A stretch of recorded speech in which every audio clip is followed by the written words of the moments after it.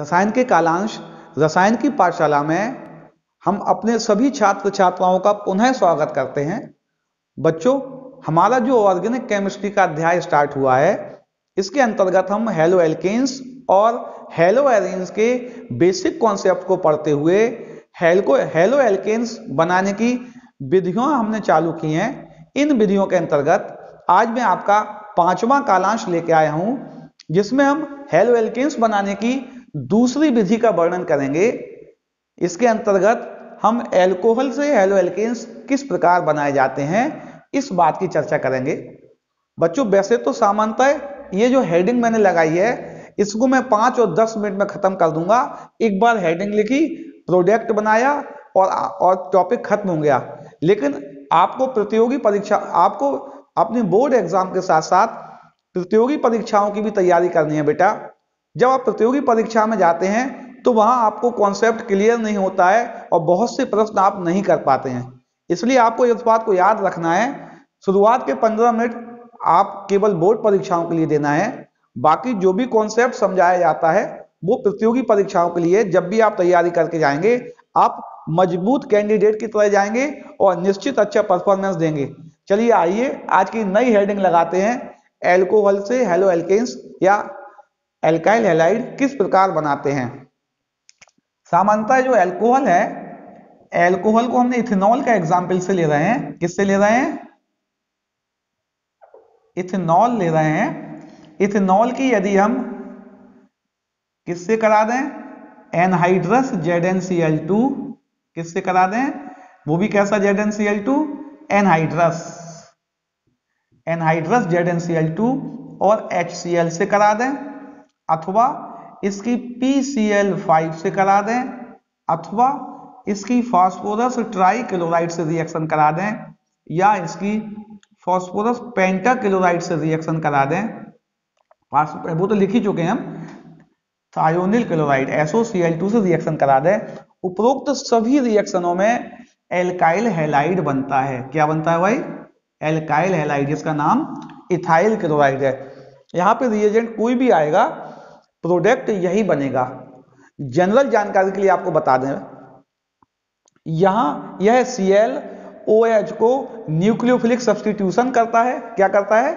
Nucleophile ClOH के स्थान को रिप्लेस कर देता है और एल्काइल हैलाइड बन जाता है। इस रिएक्शन में PCl5 जो है अपनी अधिकांश रासायनिक अभिक्रियाओं में 2 Cl निकालता है और एक उसके बदले में एक O ले लेता है, और एक Cl यहां जुड़ जाएगा, एक Cl यहां जुड़ जाएगा, C2H5Cl HCl बनेगा और POCl3 निकल जाएगा। यही काम SOCl2 करता है। यह भी 2 Cl देता है और एक O ले लेता है। जब 2 Cl और एक O लेगा तो इसमें बनेगा, ये तो बनना ही बनना है मेन उत्पाद। एक Cl C2H5 को मिलेगा, एक Cl H को मिलेगा। C2H5 को मिलेगा तो क्या बनेगा? C2H5Cl, H को मिलेगा तो HCl और SO2 बन जाएगा। क्या बन जाएगा? SO2 बन जाएगा। यही PCl3 क्या करता है? 3 Cl देकर 3 OH ले लेता है। क्या कह रहा हूं मैं? 3 Cl देकर 3 OH ले लेता है। ये इसकी रिएक्शन, सभी रिएक्शन में फाइनल प्रोडक्ट इथाइल क्लोराइड बनता है। ठीक है ना? आइए इनको अलग अलग व्याख्या करते हैं। इनकी केमिस्ट्री क्या है, किस प्रकार यह रासायनिक अभिक्रियाएं होती हैं, इन सब बातों की एक साथ चर्चा करते हैं बच्चों। हम सबसे पहले हम रिएक्शन लिख रहे हैं एल्कोहल की। किसकी बच्चों? एल्कोहल की ZnCl2 की उपस्थिति में, वो भी कैसा है? एनहाइड्रस है, HCl के साथ रासायनिक अभिक्रिया लिख रहे हैं हम। ठीक है ना? एल्कोहल की ZnCl2 की उपस्थिति में, एनहाइड्रस ZnCl2 की उपस्थिति में हाइड्रोक्लोरिक एसिड से क्या रिएक्शन होती है, इस बात की हम चर्चा कर रहे हैं। ये जो मिक्सचर है, इस मिक्सचर का नाम बच्चों पहले तो याद रखना है, लुकास अभिकर्मक है। क्या नाम है? लुकास अभिकर्मक। अर्थात एल्कोहल जब लुकास अभिकर्मक से रिएक्शन करता है तो एल्काइल हैलाइड बनता है। क्या बनता है भाई? एल्काइल हैलाइड बनता है। यह एल्काइल हैलाइड है। क्या है? एल्काइल हैलाइड बनता है। ठीक है ना, ये बात तो हम जान रहे हैं। इस रिएक्शन का नाम एक और भी है, इसको बोलते हैं ग्रोव विधि। क्या बोलते हैं? यह ग्रोव विधि भी कहलाती है, ग्रोव प्रोसेस भी कहलाती है। इस रिएक्शन को ग्रोव प्रोसेस भी बोलते हैं। यह रिएक्शन किस प्रकार होती है, इसकी केमिस्ट्री क्या है, इसकी मैकेनिज्म क्या है, इस बात की हम चर्चा करते हैं बच्चों। होता क्या है बच्चों, एक बात आप बिल्कुल ध्यान रखना, जब भी केमिकल रिएक्शन की मैकेनिज्म आती है तो मैकेनिज्म पहले नहीं आती बेटा, पहले रिएक्शन होती है, रिएक्शन के बाद प्रोडक्ट की हम जांच कर लेते हैं, फिर मैकेनिज्म से यह आइडिया लगा लेते हैं कि रिएक्शन इस प्रकार हुई होगी, अर्थात मैकेनिज्म बाद में आई है। रिएक्टेंट से प्रोडक्ट पहले बने हैं, उनको देखते हुए मैकेनिज्म बनाई जाती है। ठीक है ना बच्चों, पहले क्या होगा, पहले स्टेप में जो इसकी हम क्या पढ़े, मैकेनिज्म पढ़े, क्योंकि मैकेनिज्म से बहुत सी बात क्लियर होने वाली है। अभी क्या होगा, पहले स्टेप में जो है ना एल्कोहल, ये एल्कोहल है, पहला स्टेप लिखा हमने, एल्कोहल ZnCl2 के पास आएगा। ZnCl2 जो होता है बच्चों, ज्यादातर ट्रांजिशन मेटल्स जो होती हैं उनमें वैकेंट डी ऑर्बिटल्स होते हैं या इनकम्प्लीट डी ऑर्बिटल्स होते हैं, और वो अच्छे इलेक्ट्रॉन एक्सेप्टर होते हैं। क्या होते हैं? अच्छे इलेक्ट्रॉन एक्सेप्टर होते हैं, अर्थात यह लुईस अम्ल की भांति व्यवहार करते हैं। क्या करते हैं? लुईस अम्ल की भांति व्यवहार करते हैं, अर्थात कहीं भी इलेक्ट्रॉन दिखेगा यह तुरंत उसको लेना चाहेगा। क्या कह रहा हूं मैं, कहीं भी इलेक्ट्रॉन दिखे यह तुरंत चाहेगा वो इलेक्ट्रॉन इसको मिल जाए। इसको इलेक्ट्रॉन, यह इलेक्ट्रॉन का लवर होता है। क्या होता है बच्चों?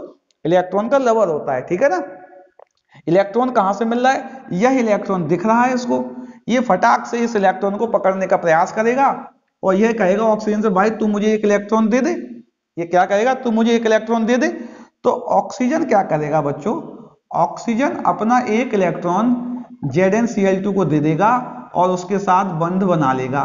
क्या कह रहा हूं मैं, ऑक्सीजन अपना एक इलेक्ट्रॉन ZnCl2 को दे देगा और उसके साथ बंध बना लेगा। जब यह अपना एक इलेक्ट्रॉन दे देगा और दूसरे इलेक्ट्रॉन के साथ बंध बना लेगा तो इस पर इलेक्ट्रॉन की कमी हो जाएगी। क्या हो जाएगी? इस पर इलेक्ट्रॉन की कमी हो जाएगी और इस ZnCl2 पर इलेक्ट्रॉन की अधिकता हो जाएगी। ठीक है ना, ये तो पहले से ही इलेक्ट्रोनेगेटिव होता है। क्या कह रहा हूं मैं, ऑक्सीजन पहले से ही पीरियोडिक टेबल में सेकंड मोस्ट इलेक्ट्रोनेगेटिव एलिमेंट्स होता है, यह पॉजिटिव रहना नहीं चाहेगा। क्या कह रहा हूं, दोबारा समझना बच्चों, ऑक्सीजन की इलेक्ट्रोनेगेटिविटी पीरियोडिक टेबल में सेकंड हाईएस्ट होती है, फ्लोरीन के बाद इसी का नंबर होता है। इस पे पॉजिटिव चार्ज आएगा, इसको तुरंत गुस्सा आएगा, ये कहेगा भाई मैं पॉजिटिव चार्ज तो ले नहीं सकता हूं, मैं तो हाईएस्ट इलेक्ट्रोनेगेटिव हूं, और इसने इलेक्ट्रॉन दे दिया इसको। अब क्या होगा, ये कार्बन पे अटैक करेगा। किस पे? ये कहेगा भाई तू मुझे इलेक्ट्रॉन दे। क्या कहेगा ये, तू मुझे इलेक्ट्रॉन दे, मैं तेरा इलेक्ट्रॉन लेना चाहता हूं, और यह इसके इलेक्ट्रॉन को खींचने का प्रयास करेगा अपनी तरफ। ऑक्सीजन क्या करेगा, पॉजिटिव चार्ज आने के कारण इस एल्काइल ग्रुप का इलेक्ट्रॉन अपनी तरफ खींचने का प्रयास करेगा, और जैसे ही इसको खींचेगा और इस बॉन्ड को तोड़ देगा, इस बॉन्ड को क्या कर देगा। तो यहां पे बच्चों ध्यान रखना, आपको बने रहना, एक एक बात की व्यापक उपयोगिता आने वाली है अभी। इसको अपनी तरफ खींचकर और इसको अलग कर देगा और इसको फ्री कर देगा, तू अलग हट, मैंने अपना इलेक्ट्रॉन ले लिया, जो मैंने दिया था जिंक को, वो मैंने अपना इलेक्ट्रॉन ले लिया।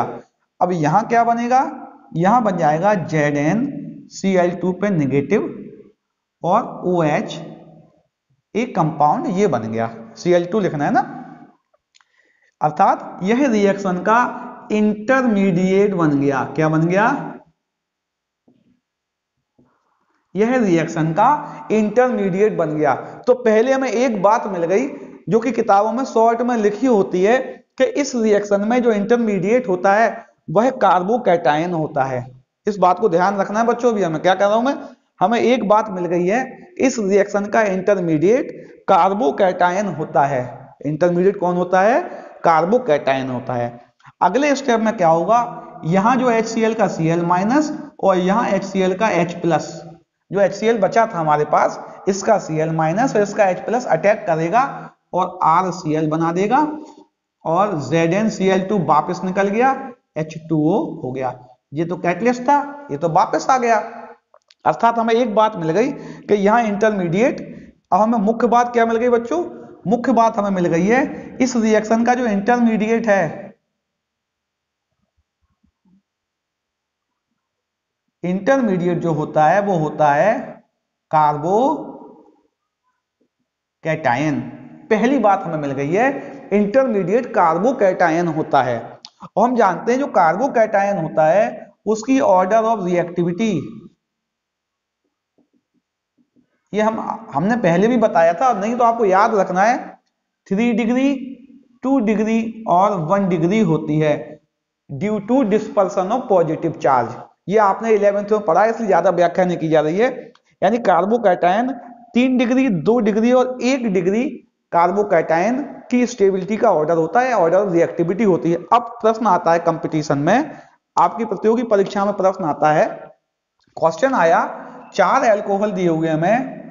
पहला CH3, CH2, CH2, CH2OH।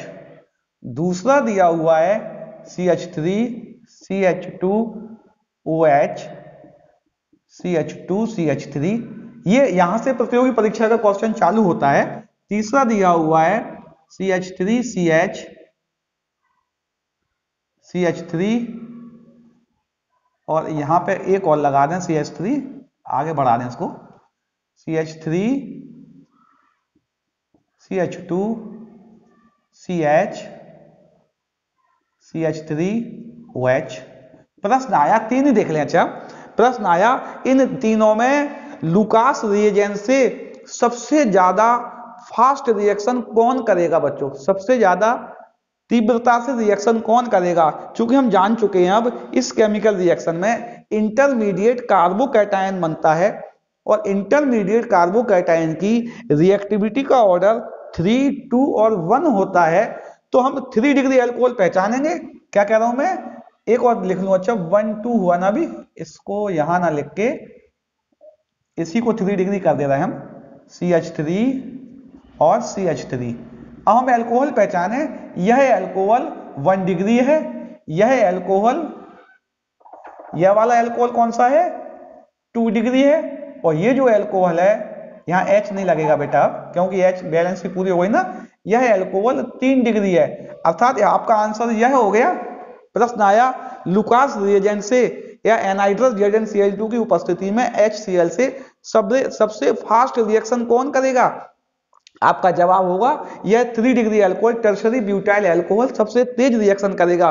क्यों करेगा, कोई आपसे क्वेश्चन करता है, आपका जवाब होगा बच्चों क्योंकि इस रिएक्शन में इंटरमीडिएट कार्बोकैटायन बनता है और इंटरमीडिएट कार्बोकैटायन की स्टेबिलिटी का ऑर्डर यही होता है। क्यों होता है, आपको जवाब 11th में मिलेगा, डिस्पर्सन ऑफ पॉजिटिव चार्ज के कारण। इसलिए यह ज्यादा एक्टिव है, इसकी रिएक्टिविटी इन तीनों में सबसे ज्यादा है। बहुविकल्पीय भी ये प्रश्न बच्चों बहुत बार आता है।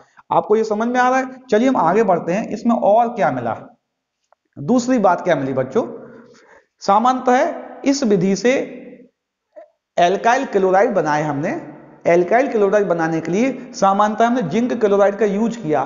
किसका यूज किया बच्चों, जिंक क्लोराइड का यूज क्यों किया गया, प्रश्न आता है। यह भी आता है क्योंकि होता क्या है, यदि जिंक क्लोराइड नहीं होता, यदि यह नहीं होता तो हमारा न्यूक्लियोफाइल जो होता वो Cl- होता, यही अटैक करता, यही क्या करता, यही अटैक करता, ये क्या करता, ये एल्काइल ग्रुप पर अटैक करता और उसको OH को हटाने का प्रयास करता, ये इस पर आक्रमण करके OH को हटाता। लेकिन ये जो होता है यह वीक न्यूक्लियोफाइल होता है। कैसा होता है बच्चों, यह वीक न्यूक्लियोफाइल होता है। क्लोराइड आयन वीक न्यूक्लियोफाइल होता है, इसमें इतनी ताकत नहीं होती है कि यह इस OH को रिप्लेस कर पाए। क्या कह रहा हूं मैं, दोबारा समझना बेटा क्या काम है। ये जो क्लोराइड आयन है यह एक वीक न्यूक्लियोफाइल होता है, कमजोर न्यूक्लियोफाइल होता है। OH को हटाने के लिए न्यूक्लियोफाइल में ताकत ज्यादा होनी चाहिए थी, इसमें ताकत वो नहीं होती है। जिंक क्लोराइड इसकी ताकत को बढ़ाता है। क्या कह रहा हूं मैं, जिंक क्लोराइड इसकी ताकत को बढ़ाता है, अर्थात इस OH को हटाने में इसकी मदद करेगा। आपने मैकेनिज्म में देखा भी है, पहले इसने OH के इलेक्ट्रॉन को ले लिया, प्रलोभन दिया कि मैं इलेक्ट्रॉन लेने वाला हूं तो मुझे अपना इलेक्ट्रॉन दे दे। इस पे इलेक्ट्रॉन की कमी हो गई, ये गुस्सा हो गया, इसने अपने इलेक्ट्रॉन किससे लिए, इससे लिए और इस बंध को तोड़ दिया। और यही तो क्लोराइड चाहता था, क्लोराइड भी तो यही चाहता था, ये बॉन्ड टूट जाए और मैं यहाँ आके तुरंत जुड़ जाऊं। तो दूसरा प्रश्न बना आपका कि इसमें जिंक क्लोराइड का क्या यूज है, क्या कर रहा हूं मैं, जिंक क्लोराइड का क्या उपयोग है, इस बात का भी प्रश्न बनता है। आप तुरंत कहेंगे जिंक क्लोराइड यदि ना होता तो यह HCl इस पर अटैक करके एल्काइल हैलाइड नहीं बना पाता, क्योंकि जिंक क्लोराइड इस बॉन्ड पर अटैक कर रहा है, इस बॉन्ड को वीक करके इंटरमीडिएट कार्बोकैटायन बना रहा है, उस कार्बोकैटायन से क्लोराइड आयन जुड़ रहा है। तो दूसरी बात आपको समझ में आ रही बेटा, है ना। तीसरी बात एक और भी आती है यहां पर, जो नई बात है, यदि हम स्टीरियोकेमिस्ट्री की बात करें, तीसरी बात तब लागू होगी बच्चों जब हमारा जो एल्काइल हैलाइड होगा, एल्काइल हैलाइड होगा वो कायरल मॉलिक्यूल होगा। क्या कर रहा हूं मैं, स्टीरियोकेमिस्ट्री की बात, यदि एल्काइल हैलाइड कैसा आ जाए, कायरल मॉलिक्यूल हो। अब आप सोचेंगे सर तो बहुत अंदर तक जा रहे हैं, टॉपिक के बहुत अंदर जा रहे हैं, मैं तो जानता ही नहीं इन बातों को। बच्चों आपको समझना पड़ेगा, बहुत तरह के प्रश्न आ जाते हैं परीक्षाओं में, आप नहीं जानते हैं। प्रश्न आ गया, मैं आपसे क्वेश्चन कर रहा हूं फिर उसका आंसर बताऊंगा आपको। प्रश्न आ गया, एक एल्कोहल लिखा है जो कि कायरल है, CH3 CCH3 OH H, और यहां पर लिख दिया C2H5। चूंकि ये कायरल मॉलिक्यूल है, कायरल क्यों है भाई, क्योंकि इसकी जो चारों संयोजकताएं हैं, चारों संयोजकताएं कैसी हैं, भिन्न है। प्रश्न आया, इसको हमने ZnCl2 की उपस्थिति में HCl से रिएक्शन कराई और जो प्रोडक्ट बना वह ऑप्टिकली कैसा होगा, वह ऑप्टिकल एक्टिव होगा कि ऑप्टिकल इनएक्टिव होगा। अर्थात जब आपने ऑप्टिकल आइसोमेरिज्म पढ़ी थी तो प्रोडक्ट या तो डेक्स्ट्रो रोटेटरी होता था या लेबो रोटेटरी होता था या नॉन रोटेटरी होता था। क्या कह रहा हूं मैं, या तो क्लॉकवाइज घुमाता था PPL को, प्लेन पोलराइज लाइट को, या बेटा ये कॉन्सेप्ट थोड़ा पिछला है, 11th के कॉन्सेप्ट हैं, आपको उनको वहीं जाके पढ़ना पड़ेगा। यहां पे पूछा है प्रोडक्ट की ऑप्टिकली कैसा होगा, ऑप्टिकल एक्टिव क्लॉकवाइज होगा कि ऑप्टिकल एक्टिव एंटी क्लॉकवाइज होगा कि ऑप्टिकल इनएक्टिव होगा। इस बात को अगर आ जाता है, 4 आंसर दिए हैं, क्या कह रहा हूं मैं, डेक्स्ट्रो रोटेटरी, लेबो रोटेटरी और ऑप्टिकली इनएक्टिव और नन ऑफ दिस। अब आप असमंजस में पड़ गए कि सर ने तो ऐसा कोई क्वेश्चन में बताया ही नहीं था, इसका आंसर तो हम जानते ही नहीं है। तो आपकी इसी समस्या के समाधान के लिए इसकी हम स्टीरियोकेमिस्ट्री का एक छोटा सा भाग आपके समक्ष पुनः बता रहे हैं बच्चों, इसको नोट कर लो, पहले से मिटा दें। बच्चों में इस बात की चर्चा करनी थी कि यदि हमारा जो रिएक्टेंट स्पेसीज है वह कायरल मॉलिक्यूल है, तब प्रोडक्ट का जो रोटेशन होगा या जो प्रोडक्ट का जो आइसोमर बनेगा वो किस प्रकार का बनेगा, डेक्स्ट्रो बनेगा, लेबो बनेगा या नॉन रोटेटरी होगा, ऑप्टिकली कैसा होगा, इस बात को चर्चा करनी थी हमें।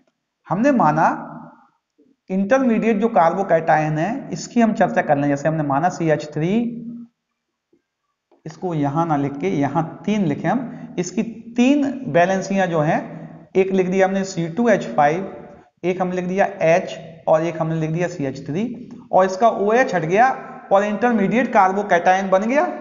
इंटरमीडिएट क्या बन गया बच्चों, कार्बोकैटायन बन गया। जब हम इसको देखते हैं तो इसके जो 3 बैलेंसियां होती हैं, ये जो 3 बैलेंसियां होती हैं, यह तीनों बैलेंसियां एक ही प्लेन में होती हैं। क्या होती है बच्चों, एक ही तल में होती हैं। ये 3 बैलेंसियां हैं कार्बोकैटायन की, वो एक ही तल में होती हैं, और शेष जो कार्बोकैटायन का अनहाइब्रिडाइज ऑर्बिटल्स होता है वह इस प्लेन के ऊपर होता है या प्लेन के नीचे होता है। आपको बहुत महत्वपूर्ण बात बताने जा रहा हूं बच्चों, ध्यान रखना है ना। क्या कह रहा हूं मैं, जब भी कार्बोकैटायन बनता है उसमें जो कार्बन की 3 बैलेंसियां होती हैं वो सेम प्लेन में होती हैं, लेकिन जो उसका अनहाइब्रिडाइज ऑर्बिटल्स होता है जिसमें कैटायनिक भाग होता है वह तल के ऊपर या तल के नीचे होता है। क्लोराइड आयन यहां से भी अटैक कर सकता है और यहां से भी अटैक कर सकता है। क्या कह रहा हूं मैं, दोबारा समझना है, जो न्यूक्लियोफाइल है वह नीचे से भी अटैक कर सकता है, ऊपर से, क्योंकि ये वाला भाग भरा हुआ है, यहाँ पे सब ग्रुप जुड़े हुए, यहाँ पे किसी को आने के लिए कोई गुंजाइश नहीं है। क्लोराइड आयन कहां से आएगा, या तो प्लेन के ऊपर से या प्लेन के नीचे से। दो संभावनाएं हैं, क्या कह रहा हूं मैं, केवल दो संभावनाएं मुख्यतः। तब क्या होगा, यदि हमने देखा, हमने इसको दोबारा से लिखा CH3 C2H5 OH, और यहां पे था हमारा H, और इस पर जब हमने HCl से रिएक्शन कराई ZnCl2 की उपस्थिति में, क्योंकि ये हमारा कायरल मॉलिक्यूल है, ठीक है नहीं, यह हमारा कायरल मॉलिक्यूल, क्यों, क्योंकि कार्बन की चारों वैलेंसियां अलग अलग हैं, तभी की बात हो रही है ये। तब क्या होगा, यदि Cl आयन, जो क्लोराइड आयन है, वह ऊपर से आया, तब तो कोई बात नहीं, और यहां Cl आकर जुड़ गया, अर्थात जैसा कॉन्फ़िगरेशन रिएक्टेंट का था, वही कॉन्फ़िगरेशन प्रोडक्ट का आ गया। अगर ये D होगा तो यह भी D होगा, अगर यह L होगा तो यह भी L होगा, अर्थात इसने अपनी जो ओरिएंटेशन है वो क्या किया, रिटेंशन हो गया, रिटेन कर ली, अपनी शेप को या अपनी ज्योमेट्री को रिटेन कर लिया, कोई करेक्शन नहीं हुआ, एक ग्रुप हटा, दूसरा उसके साथ जुड़ गया। लेकिन यदि HCl नीचे से अटैक करेगा, यदि HCl नीचे से अटैक करेगा, अब जब प्रोडक्ट बनेगा, तो प्रोडक्ट में,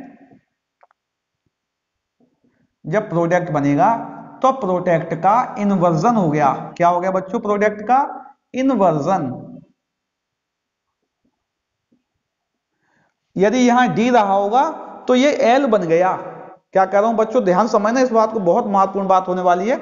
यदि यह D रहा होगा तो प्रोडक्ट L बनेगा। एक संभावना ये भी है, ऊपर से आएगा तो सेम रहेगा, नीचे से आएगा तो अपोजिट हो जाएगा, यानी ओवरऑल जो आएगा वह प्लस माइनस आएगा। क्या कह रहा हूं मैं, यदि यह प्लस है तो ये प्लस होगा, और यदि ये प्लस है तो ये माइनस होगा, यानी ओवरऑल जो मिक्सचर आएगा वह प्लस माइनस आएगा। और प्लस माइनस मिश्रण जो होता है ऑप्टिकल आइसोमर का, वह रेशमिक मिश्रण कहलाता है। क्या कहलाता है, रेशमिक मिश्रण। अर्थात जब भी कोई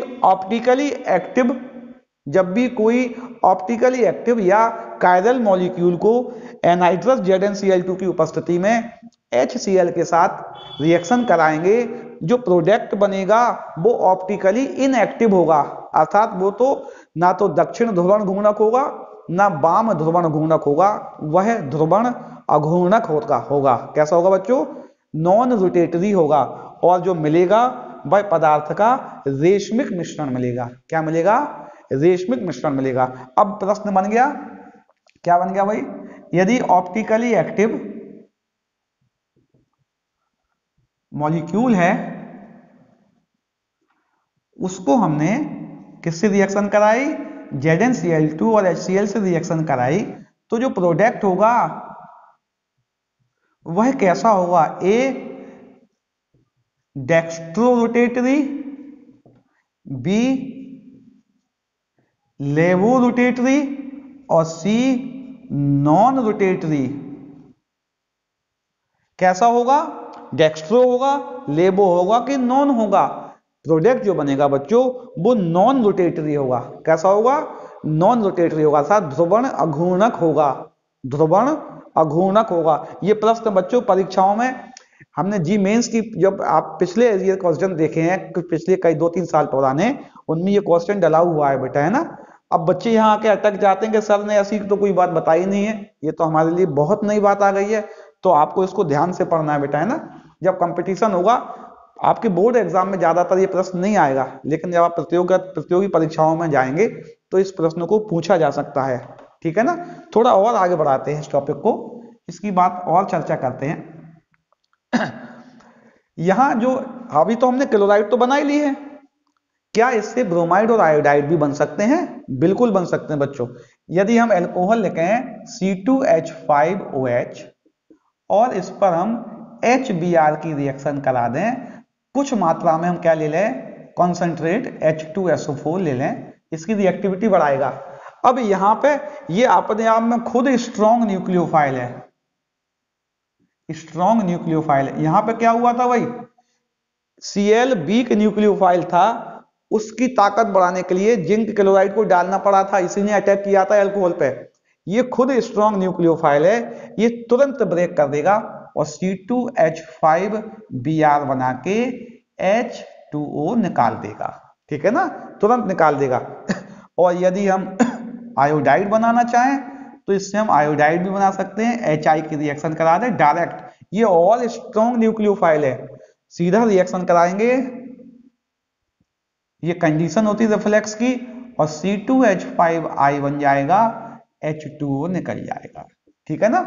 अर्थात इससे एल्काइल ब्रोमाइड और एल्काइल आयोडाइड भी बन सकते हैं। इनमें ZnCl2 की हमें आवश्यकता नहीं है, डाल दोगे तब भी ठीक, और नहीं डालोगे तो रिएक्शन होगी। क्यों होगी ये प्रश्न बनता है, क्योंकि ये अपने आप में Br नेगेटिव I नेगेटिव खुद में स्ट्रॉन्ग न्यूक्लियोफाइल होते हैं, या इनमें अपनी खुद की इतनी ताकत होती है कि इस OH बॉन्ड को यह ब्रेक कर सकें। अब ये वाली बात तो हो गई, दो प्रश्न और बनते हैं, तीन प्रश्न आते बल्कि। पहला प्रश्न कि 2 डिग्री और 3 डिग्री अल्कोहल, 2 डिग्री और 3 डिग्री अल्कोहल HBr और कॉन्सेंट्रेट H2SO4 से एल्काइल हैलाइड नहीं बनाते। क्यों नहीं बनाते हैं बच्चों, जब हमने 2 डिग्री अल्कोहल लिखा CH3 CH2OH, CH3H ही लगेगा ना, और इसकी कंडीशन वही की वही है, तो इसमें क्या होगा बेटा, कभी कभी क्या होता है, एक रिएक्शन के साथ दूसरी साइड रिएक्शन भी चलती है, जो रिएक्शन ताकतवर होती है वो आगे बढ़ती है। यहां एक रिएक्शन और चलती है, डिहाइड्रेशन, जल के अणु का निकलना, यहां से OH और यहां से H तुरंत निकल जाएगा, तुरंत इसको निकाल देगा, क्योंकि ये भी रिएक्टिव होता है, वो भी रिएक्टिव होता है।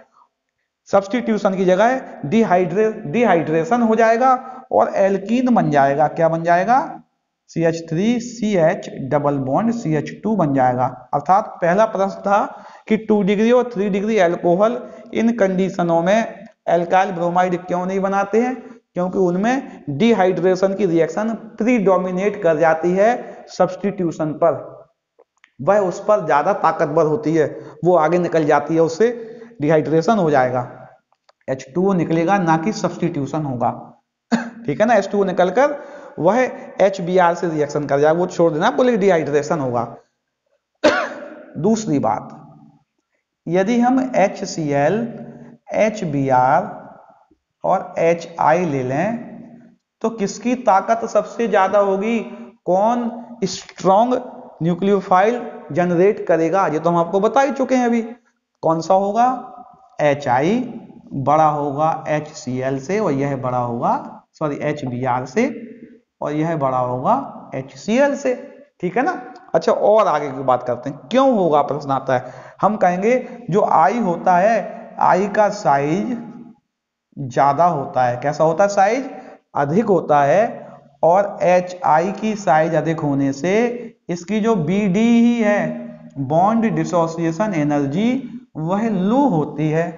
क्या कह रहा हूं मैं, H तो कॉमन है, I का साइज इन तीनों में सबसे बड़ा, जब सबसे बड़ा होगा, और साइज और BD ही कैसे होते हैं भाई, जो साइज होता है वह इनवर्सली प्रोपोर्शनल होता है BDE के, अर्थात साइज बड़ा तो BDE लो, इसका साइज बड़ा इसकी BDE लो, यह बॉन्ड बहुत जल्दी ब्रेक हो जाएगा, और जल्दी ब्रेक हो जाएगा तो जल्दी न्यूक्लियोफाइल जनरेट हो जाएगा और फास्ट रिएक्शन होगी। दूसरा क्वेश्चन, तीसरा क्वेश्चन आता है, हम 1 डिग्री 2 डिग्री और 3 डिग्री अल्कोहल में विभेद कर सकते हैं। क्या कर सकते हैं, विभेद कर सकते हैं, यानी डिफरेंस कर सकते हैं, विभेद कर सकते हैं। कैसे डिफरेंस कर लेंगे, हम जानते हैं जो लुकास रिएजेंट होता है वह सबसे फास्ट रिएक्शन करता है 3 डिग्री से। 3 डिग्री से क्या होगा, तुरंत कर लेगा। कौन, लुकास रिएजेंट, मैं शॉर्ट में लिख देना हूं, लुकास रिएजेंट। 3 डिग्री अल्कोहल में लुकास रिएजेंट मिलाया, तुरंत रिएक्शन होगी और धुंधलापन आएगा। क्या आएगा? धुंधलापन। रिएक्शन होगी, तुरंत धुंधलापन आ जाएगा। ठीक है ना? 2 डिग्री रिएक्शन अगर करेगा अल्कोहल लुकास रिएजेंट से 5 मिनट बाद, 5 मिनट बाद धुंधलापन आएगा। और यदि 1 डिग्री करेगा तो रिएक्शन ही नहीं होगी, सामान्य तापमान पर रिएक्शन नहीं होगी। ये दिख रहा है कि नहीं? मैं देख लूं 2 डिग्री वाला आपको। हाँ दिख रहा है। यदि 1 डिग्री है रिएक्शन करेगा, क्या कह रहा हूं मैं, यदि 1 डिग्री में लुकास रिएजेंट मिलाए तो नो रिएक्शन, नॉर्मल टेम्परेचर पर यह कोई रिएक्शन नहीं करेगा। हाँ तापमान बढ़ाएंगे, कंडीशनें बदलेंगे तो इसकी रिएक्शन हो जाती है, नॉर्मली नहीं होती है। तो आपको पहला कॉन्सेप्ट जो कि लुकास रिएजेंट का था वो आपको समझ में आ रहा है ना? ऊपर वाली रिएक्शन ग्रुप प्रोसेस कहलाती है, ये हम जान चुके थे। ऑर्डर ऑफ रिएक्टिविटी 3 to 1 होती है। क्यों होती है? इंटरमीडिएट कार्बोकैटायन बनता है। मॉलिक्यूल ऑप्टिकली मतलब ऑप्टिकली कैसा होता है? ऑप्टिकली नॉन रोटेटरी होता है। कैसा होता है? नॉन रोटेटरी होता है, अर्थात ध्रुवण अघूर्णक होता है अगर ऑप्टिकली एक्टिव मॉलिक्यूल होगा। ठीक है ना? इन तीनों में रिएक्टिविटी ज्यादा किसकी होगी? HI की होगी। 1, 2, 3 में विभेद कैसे कर सकते हैं? 3 डिग्री लुकास से तुरंत रिएक्शन कर लेगा, रूम के कमरे के ताप पर ही कर लेगा, धुंधलापन देगा। 2 डिग्री अल्कोहल 5 मिनट बाद रिएक्शन करके धुंधलापन देगा। 1 डिग्री अल्कोहल सामान्य ताप पर यह रिएक्शन नहीं करेगा। इसको नोट कर लो। अगली रिएक्शन बताते हैं बच्चों। चलिए बच्चों दूसरी रिएक्शन अल्कोहल की फास्फोरस पेंटाक्लोराइड से रिएक्शन कराते हैं। क्या होता है? जैसे हमने लिखा है अल्कोहल C2H5OH प्लस PCl5। सामान्यतः बच्चों यह गैस अवस्था में होता है, गैसियस स्टेट में होता है। अगर नहीं भी लिखा हो तो गैस माना जाता है ना। यहाँ सॉलिड लिखा आ जाएगा तो कुछ गड़बड़ी होने वाली है। उसमें क्या होगा मैं कॉन्सेप्ट में बताऊंगा। अभी कुछ भी नहीं लिखा है आपको कोई समस्या नहीं है, लेकिन सॉलिड लिखा है और मॉलिक्यूल कायरल आ जाएगा तो समस्या है बेटा, है ना। तो हम आपको आंसर दूसरा बताएंगे। सामान्य रिएक्शन कैसे हुई जो आपको सामान्यतः बोर्ड परीक्षा में याद करनी है। जो PCl5 होता है बेटा, जो PCl5 मॉलिक्यूल होता है उसमें क्या होता है, जब हमने ऑक्टेट रूल पढ़ा था उसमें 2 बॉन्ड सिंगल इलेक्ट्रॉन बॉन्ड होते हैं। 2 बॉन्ड जो होते हैं वह सिंगल इलेक्ट्रॉन बॉन्ड होते हैं, एक इलेक्ट्रॉन वाले बंद होते हैं। ठीक है ना।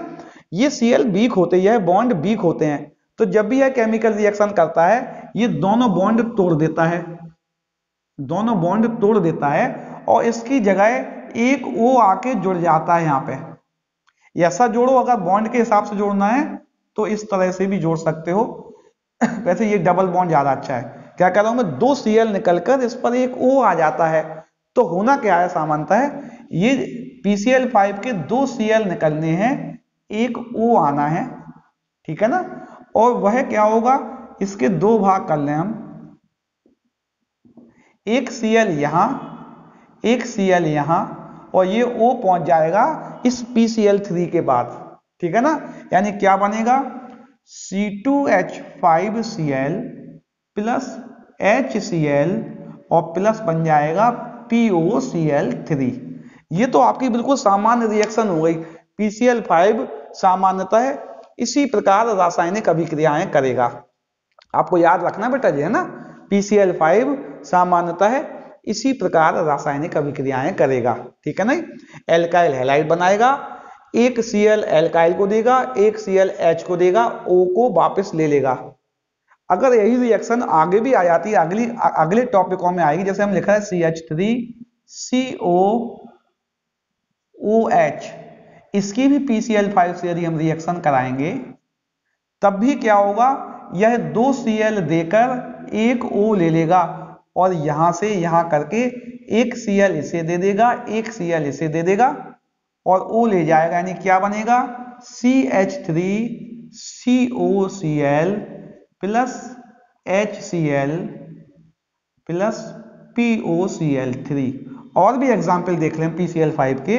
हमने लिखा CH3 ग्लिसरॉल की रिएक्शन करा रहे हैं हम, इथिलीन ग्लाइकॉल की करा सकते हैं। अभी हम ग्लिसरॉल ले रहे हैं, ये ले लिया हमने ग्लिसरॉल, इस पे 3 PCl5 के मॉलिक्यूल ले लिए, एक इसको दे दिया उसने, OH को भी हम बड़ा कर दें, OH को, एक यहाँ Cl, एक यहाँ, एक यहाँ और एक यहाँ और एक यहाँ और एक यहाँ, यानी क्या बन गया CH2 इसमें Cl, CH इसमें Cl, CH2 इसमें Cl और 3 PuCl3 और 3 HCl भी इसमें निकल जाएंगे। तो इस तरह ये PCl5 रिएक्शन करता है। बच्चों क्या होता है सामान्यतः, यदि हमारा मॉलिक्यूल कायरल हो, अब क्या बात हुई, अभी भी हमने यह बात की थी, जो पिछली रिएक्शन पढ़ी तब भी हमने यह बात की थी, यदि हमारा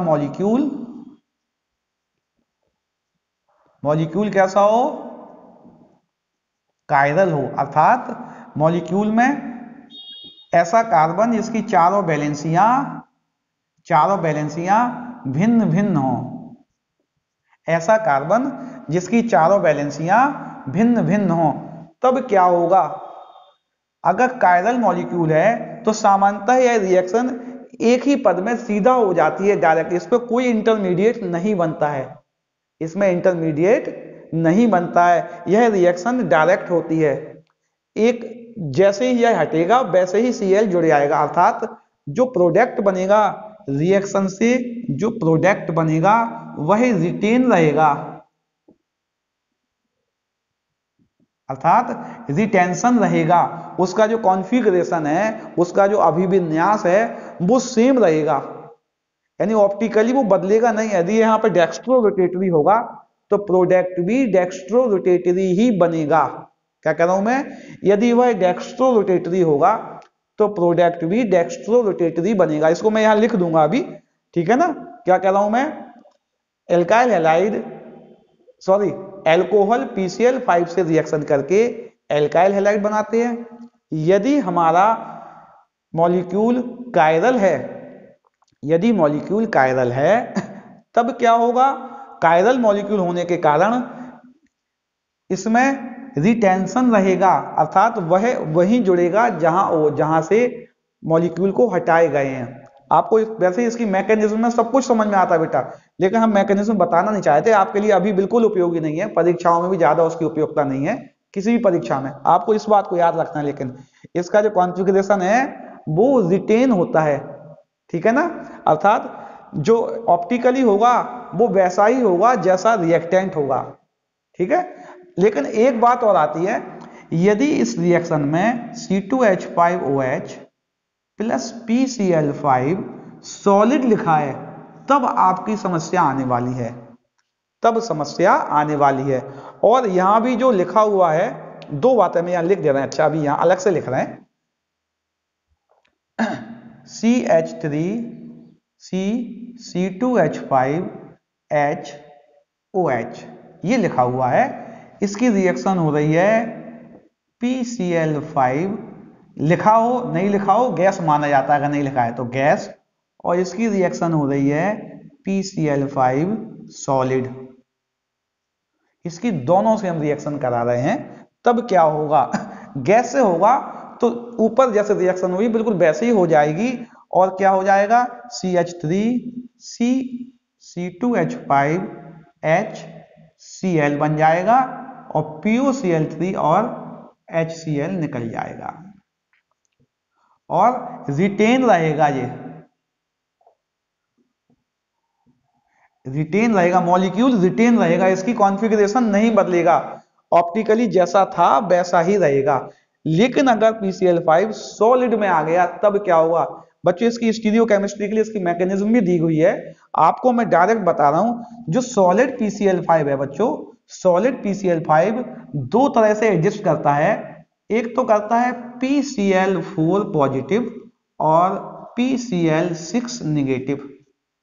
आपने शायद कहीं ना कहीं इस बात को पढ़ी होगी, कहीं ना कहीं देखा होगा आपको कि सॉलिड PCl5 दो तरह से एग्जिस्ट करता है, PCl4 पॉजिटिव और PCl6 निगेटिव। सामान्यतः जो PCl4 पॉजिटिव होता है, जैसे कार्बोकैटायन ने किया था, यहाँ पे ये ऐड होगा और ऐड होके इंटरमीडिएट बनाएगा, यहाँ पे ऐड होगा और ऐड होकर केमिकल रिएक्शन करेगा, और रिएक्शन करने के बाद जैसा PCl5 ने रिएक्शन की थी वैसे ही कॉन्फ़िगरेशन को रिटेन कर देगा। क्या कर देगा? रिटेन कर देगा, यानी PCl4 प्लस क्या करेगा? कॉन्फ़िगरेशन को रिटेन कर देगा। लेकिन जब यह रिएक्शन करेगा, यह दो भागों में होता है सामान्यतः, PCl5 और Cl नेगेटिव। फिर वही बात आई, कार्बन के जो वैलेंसी होती है उसमें 3 पार्ट तो एक ही प्लेन में होते हैं, इसकी वैलेंसी हम बना दें चारों, और यहाँ पे OH है, यहाँ पे H है, यहाँ पे CH3 है, और ऊपर क्या है? C2H5 है। CH3 है और C2H5 है। जब यह Cl माइनस पे अटैक करने आएगा तो सामने से तो इसे क्या होगा? सामने से तो इसे सारे ग्रुप मिलेंगे और ये सामने से इस पर अटैक नहीं कर पाएगा। यह अटैक सीधा जाके कहां करेगा? बैक साइड से जाके इस पर अटैक करेगा, और जब बैक साइड से अटैक करेगा तो इसमें इसका जो कॉन्फ़िगरेशन आएगा वह रिटेन हो जाएगा। कैसा हो जाएगा? रिटेन नहीं होके, सॉरी, इन्वर्जन हो जाएगा। कैसा हो जाएगा बच्चों? अर्थात आपको डायरेक्ट याद रखना है कि PCl5 यदि गैसियस स्टेज में है तो उसका कॉन्फ़िगरेशन रिटेन रहेगा, लेकिन अगर PCl5 सॉलिड स्टेट में है तो उसमें एक बार रिटेन होगा, एक बार इन्वर्जन होगा, अर्थात रेशमिक मिक्सचर मिलेगा। क्या कह रहा हूं मैं? सॉलिड स्टेट में रेशमिक मिक्सचर मिलेगा। आपको इतनी बात याद रखनी है, बकाया कुछ भी आपको याद ही रखना है। क्या कह रहा हूं मैं? कुछ नहीं लिखा हो तो गैसियस माना जाता है, लिखा हो तो भी गैसियस माना जाता है। गैसियस स्टेट में कॉन्फ़िगरेशन रिटेन होगा, सॉलिड स्टेट में कॉन्फ़िगरेशन में इन्वर्जन होगा। ठीक है ना? इन्वर्जन होगा। बिल्कुल सेम रिएक्शन SOCl2 की होती, डायरेक्ट बता देंगे इसको हम अभी ना। इसको नोट कर लो आप, फिर PCl3 की रिएक्शन बताते हैं। अच्छा, थोड़ा एक बात और समझ लें बच्चों, यहाँ पे इस विधि से PBr5 और PI5 की रासायनिक अभिक्रिया से एल्काइल ब्रोमाइड और एल्काइल आयोडाइड नहीं बनाए जा सकते। PBr5 और PI5 की रासायनिक अभिक्रिया से एल्काइल ब्रोमाइड और एल्काइल आयोडाइड नहीं बनाए जा सकते, क्योंकि यह एग्जिस्ट नहीं करते हैं। क्या कह रहा हूं मैं? स्थायी नहीं होते हैं, स्थायी नहीं होते, यह एग्जिस्ट नहीं करते हैं। इसलिए इससे हम एल्काइल ब्रोमाइड और एल्काइल आयोडाइड इस विधि से नहीं बना सकते। ऊपर वाले से तो हमने बनाए हैं, ठीक है ना, इनमें नहीं बना सकते हम, और तो इनसे एल्काइल ब्रोमाइड एल्काइल आयोडाइड नहीं बनेंगे। इसकी मुख्य बात मैं वहां साइड में लिख दूंगा, इसको मिटाता हूं बच्चों, है ना। ये हमने अभी तक क्या पढ़ लिया? एक छोटा सा एक आधा मिनट की हम बात कर लें कि जब एनहाइड्रस ZnCl2 और HCl की रिएक्शन हुई थी तो उसमें इंटरमीडिएट कार्बोकैटायन बना था, जिसकी ऑर्डर ऑफ रिएक्टिविटी यह आई थी 3 to 1 आई थी।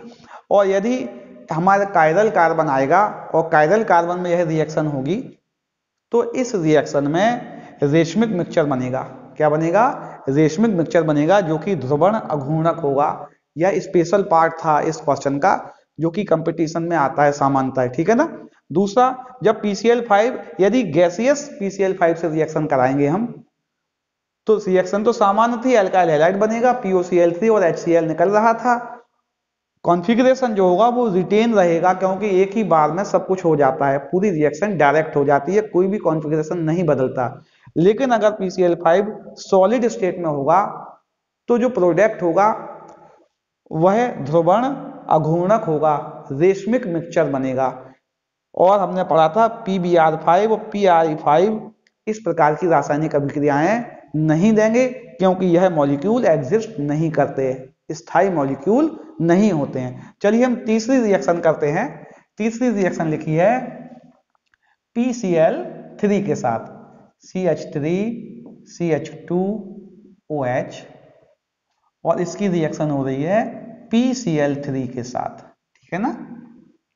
क्या होगा? PCl3 की रिएक्शन करेगा ये। सामान्यतः क्या होगा बेटा? PCl3 अपनी सभी रासायनिक अभिक्रियाओं में, अब मैं आपसे बता रहा हूं, इसकी इन सब बातों की व्याख्या मैकेनिज्म से की जाती है, लेकिन ये आपके लिए ज्यादा उपयोगी नहीं है। आपको स्टीरियोकेमिस्ट्री में डायरेक्ट बता दूंगा, सीधा आंसर बताऊंगा, है ना। क्या होता है, PCl3 जब भी रासायनिक अभिक्रिया करता है, जब भी केमिकल रिएक्शन करेगा, यह 3 Cl दे देगा और उसके बदले में 3 OH ले लेगा। 3 क्या ले लेगा, 3 OH ले लेगा, 3 Cl दे देगा। तो इसको थोड़ा व्यवस्थित करके यदि हम लिख दें, यदि इसको हम व्यवस्थित करके लिख दें तो आपकी रासायनिक क्रिया भी हो जाएगी, थोड़ा आपको समझ में भी आ जाएगा। हमने लिखा C2H5OH, 3 मॉलिक्यूल ले लें, C2H5OH और C2H5OH प्लस PCl3, और P के हमने 3 Cl इस प्रकार लगा दिए, या वहीं लगा दें PCl3, तीनों Cl को हटा दो और उनकी जगह OH लगा दो, ठीक है ना। तब क्या बनेगा बेटा, 3 बन जाएंगे C2H5Cl। इन OH की जगह पे हमें क्या लगा देना है, इन 3 Cl को लगा देना है, ये इसकी जगह, ये इसकी जगह और ये वाला इसकी जगह, ठीक है ना।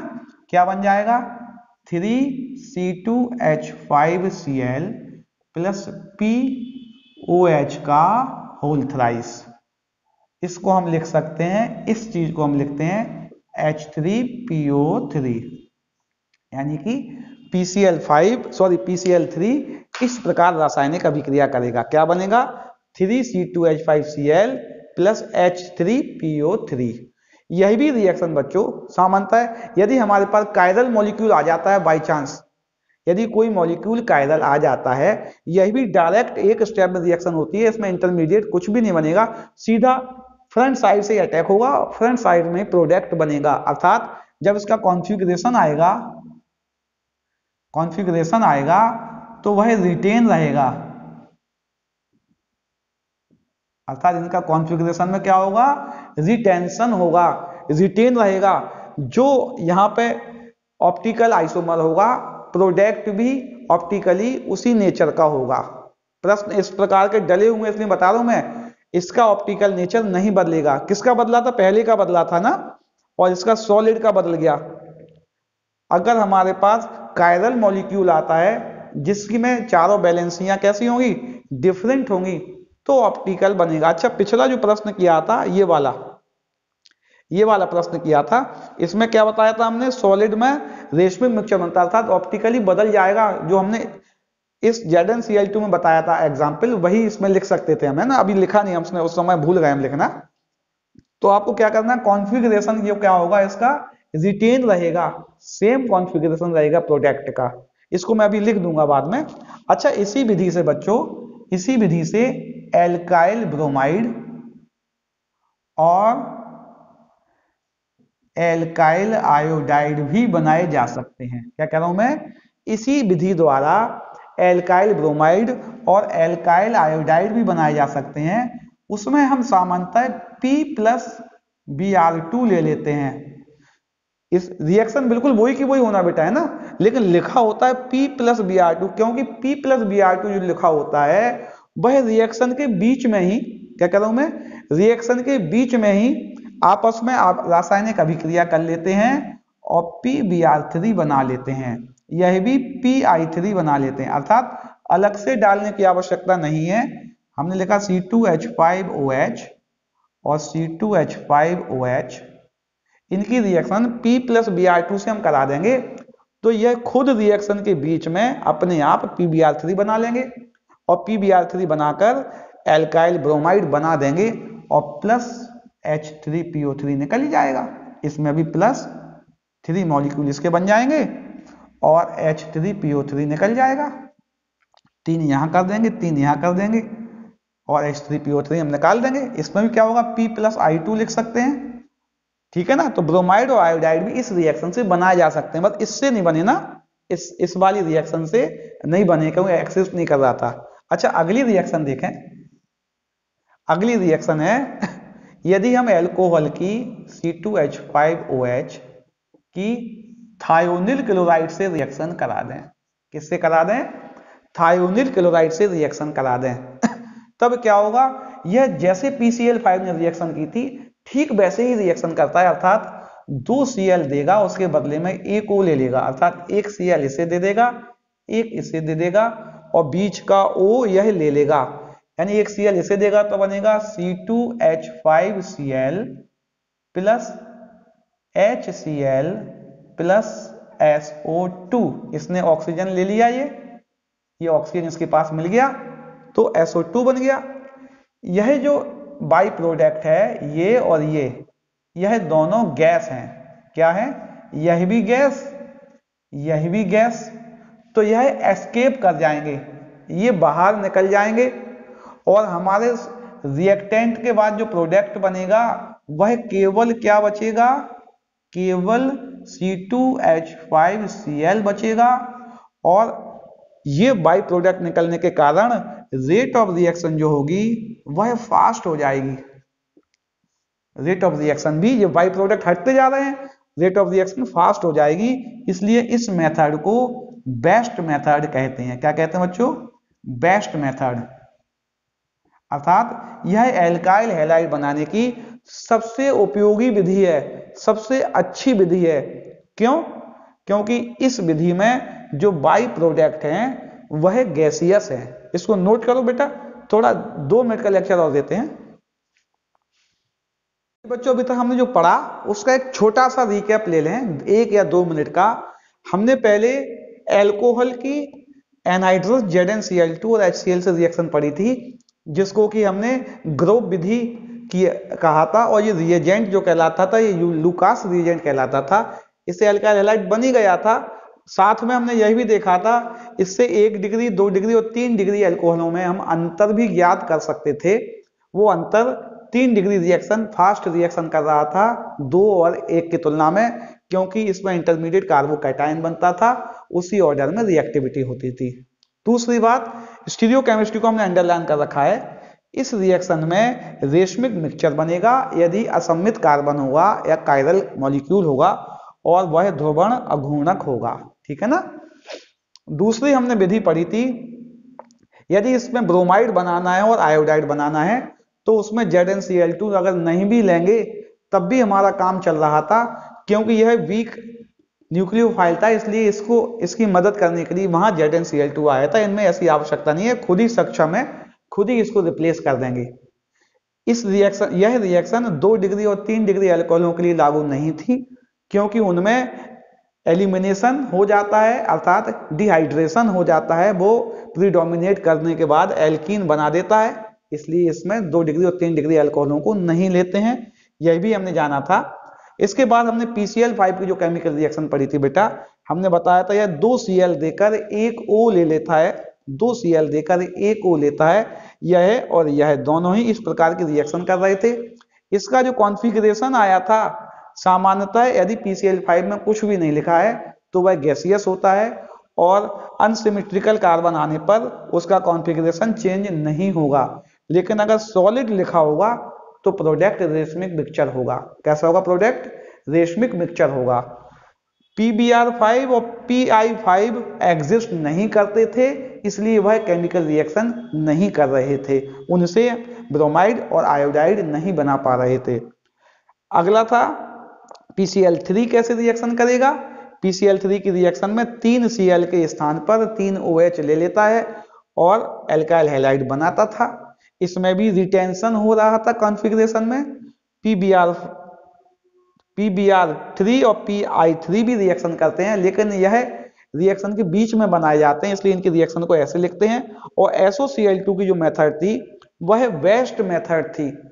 इन सभी विधियों में सबसे अच्छी विधि एल्काइल हैलाइड बनाने की ये वाली विधि थी, क्योंकि इसके जो बाई प्रोडक्ट थे वो गैसियस थे, वह आसानी से एस्केप होकर निकल रहे थे। अब हमें कॉन्फ़िगरेशन एक बार दोबारा देख लें। इसका कॉन्फ़िगरेशन रेशमिक मिक्सचर मिलेगा। इसका कॉन्फ़िगरेशन यदि यह गैस है तो रिटेंशन होगा और यदि यह सॉलिड है तो रेशमिक मिक्सचर मिलेगा। बकाया सबका कॉन्फ़िगरेशन रिटेन रहेगा, रिटेंशन में रहेगा। मैं आशा कर रहा हूं एल्कोहल से एल्काइल हैलाइड बनाने की विधियों को आप अच्छे से समझ गए होंगे। अगले कालांश में एल्काइल हैलाइड बनाने की नई विधि के साथ पुनः मुलाकात होगी।